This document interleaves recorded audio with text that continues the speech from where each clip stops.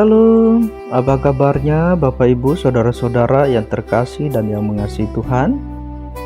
Kami harapkan Bapak Ibu Saudara semua dalam keadaan baik-baik saja, dalam jamahan lawatan kasih perlindungan yang datang dan berasal daripada Tuhan. Amin. Bapak Ibu yang terkasih dan yang mengasihi Tuhan, hari ini Rabu tanggal 29 Maret tahun 2023, bersama dengan saya, Pendeta Yupri, akan kembali bersama mengajak kita untuk membaca dan merenungkan sabda firman Tuhan sebelum kita memulai akan hari kita pada hari ini. Namun sebelum kita bersama-sama membaca dan merenungkan firman Tuhan yang diambil dari kitab Yeremia pasal 32 ayat 1-9, saya ingin mengajak kita bersama-sama terlebih dahulu bersatu dalam doa. Mari kita berdoa. Bapa yang kami panggil sembah dalam Tuhan Yesus, terima kasih Engkau sudah menyertai memelihara istirahat kami sepanjang malam hari ini.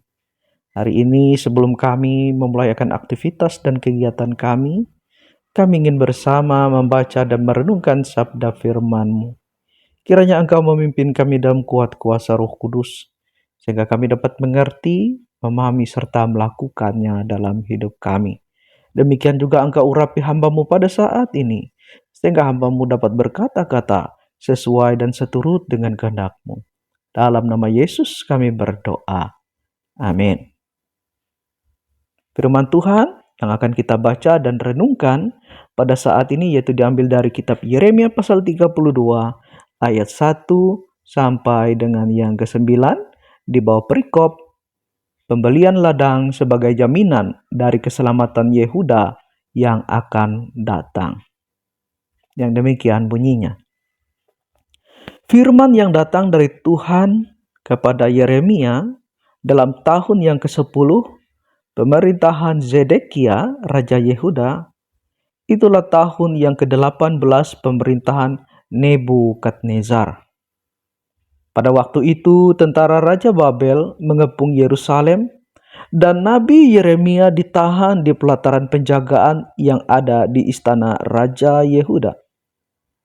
Sebab Zedekia Raja Yehuda telah menahan dia di sana dengan tuduhan, "Mengapa engkau bernubuat? Beginilah firman Tuhan. Sesungguhnya aku menyerahkan kota ini ke dalam tangan Raja Babel, supaya ia mendudukinya."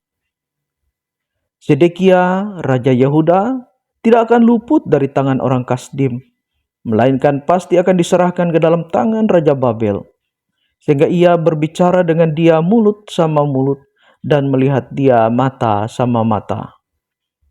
Zedekia akan dibawanya ke Babel dan di sanalah ia akan tinggal sampai aku memperhatikannya. Demikianlah firman Tuhan. Apabila kamu berperang melawan orang Kasdim itu, kamu tidak akan beruntung.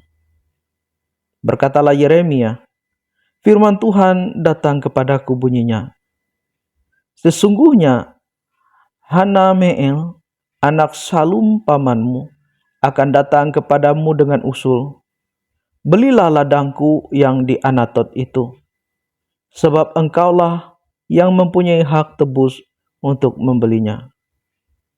Kemudian sesuai dengan firman Tuhan, datanglah Hanameel, anak pamanku, kepadaku di pelataran penjagaan dan mengusulkan kepadaku, 'Belilah ladangku yang di Anatot di daerah Benyamin itu, sebab engkaulah yang mempunyai hak milik dan hak tebus.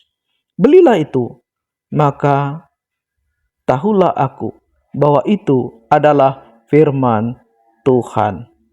Jadi aku membeli ladang yang di Anatot itu dari Hanameel, anak pamanku, dan menimbang uang baginya 17 sikal perak.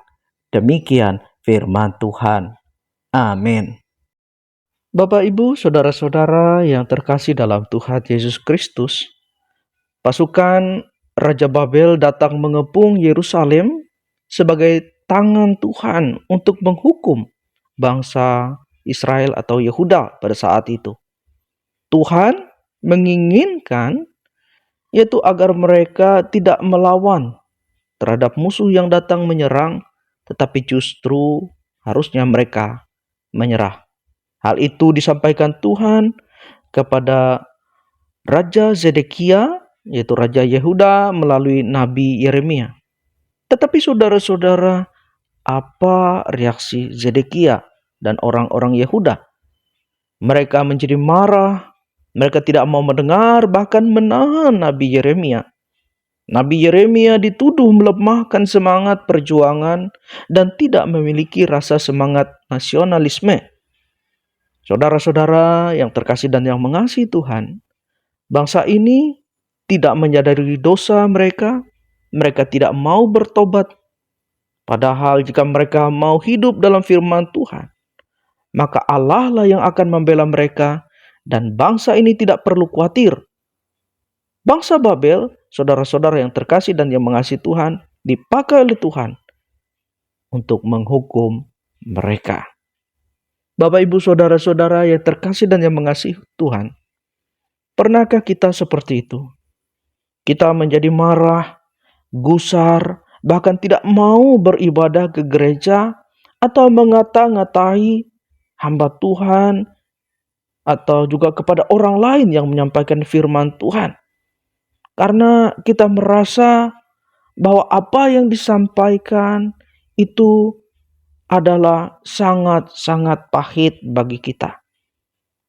Kita jadi akhirnya memusuhi di dalam hati kita atau secara terang-terangan terhadap orang, gereja, atau hamba Tuhan yang menyampaikan firman Tuhan yang kita anggap menyinggung hati kita. Saudara-saudara yang terkasih dan yang mengasihi Tuhan, sebenarnya kita seharusnya melembutkan hati kita. Karena saat itu sebenarnya Allah sedang menegur kita. Ia tidak sedang ingin melemahkan engkau, tetapi justru Dia ingin engkau memperbaiki diri kembali dalam kebenaran firman Tuhan yang diajarkan kepadamu. Jadi saudara-saudara, saat kita ditegur oleh firman Tuhan, marilah kita mendengar dan bertobat, bukannya melawan atau menyerang balik dengan berbagai cara kita. Tuhan menegur, itu berarti menandakan Ia mengasihimu. Engkau adalah anak yang Ia kasihi dan Ia tidak ingin engkau terhilang daripadanya. Bapak, Ibu, saudara yang terkasih dan yang mengasihi Tuhan, Tuhan juga bisa memakai peristiwa apa saja dan siapa saja yang ada di sekitar kita untuk menegur dan menyampaikan maksudnya. Karena itu, mari kita peka atas segala sesuatu yang terjadi dalam hidup kita. Karena tidak ada segala sesuatu yang terjadi dalam hidup kita adalah kebetulan semata. Biarlah semuanya semakin menyadarkan hidup kita untuk semakin berjalan dalam kebenaran firman Tuhan. Amin. Kita bersatu dalam doa.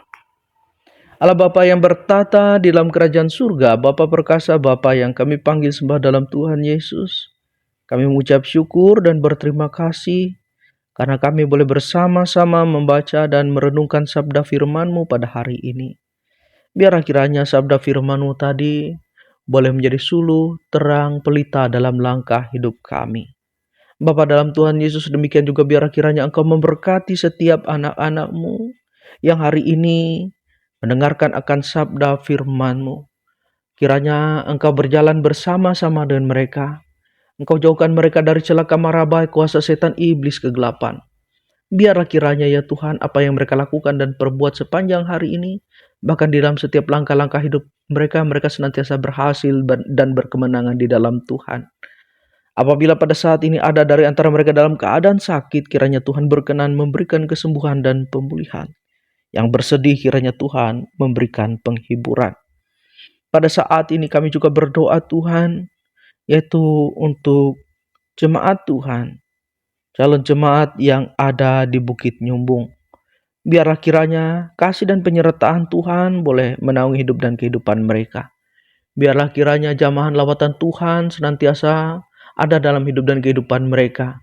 Di dalam setiap usaha dan pekerjaan mereka, mereka boleh berhasil di dalam Tuhan. Demikian juga dalam iman pengharapan, mereka boleh semakin bertumbuh, berkembang dan berbuah, sehingga hidup dan kehidupan mereka menyenangkan hati Tuhan.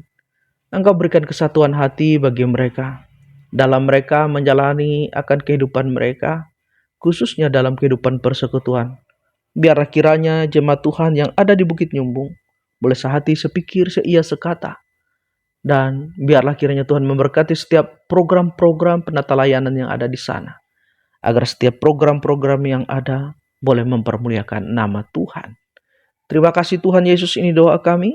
Kami satukan doa kami saat ini dengan doa yang pernah Tuhan ajarkan. Dan saat ini kami bersama ucapkan demikian. Bapa kami yang ada di sorga, dikuduskanlah namamu, datanglah kerajaanmu, jadilah kehendak-mu di bumi seperti di sorga. Berikanlah kami pada hari ini makanan kami yang secukupnya, dan ampunilah kami akan kesalahan kami, seperti kami juga mengampuni orang yang bersalah kepada kami. Dan jangan membawa kami ke dalam pencobaan, tetapi lepaskanlah kami daripada yang jahat. Karena Engkau yang punya kerajaan, kuasa, dan kemuliaan sampai selama-lamanya. Amin. Demikian saudara-saudara yang terkasih dan yang mengasihi Tuhan, Tuhan Yesus memberkati. Amin. Tuhan memberkati engkau dan melindungi engkau. Tuhan menyinari engkau dengan wajah-Nya dan memberi engkau kasih karunia. Tuhan menghadapkan wajah-Nya kepadamu dan memberi engkau damai sejahtera. Amin.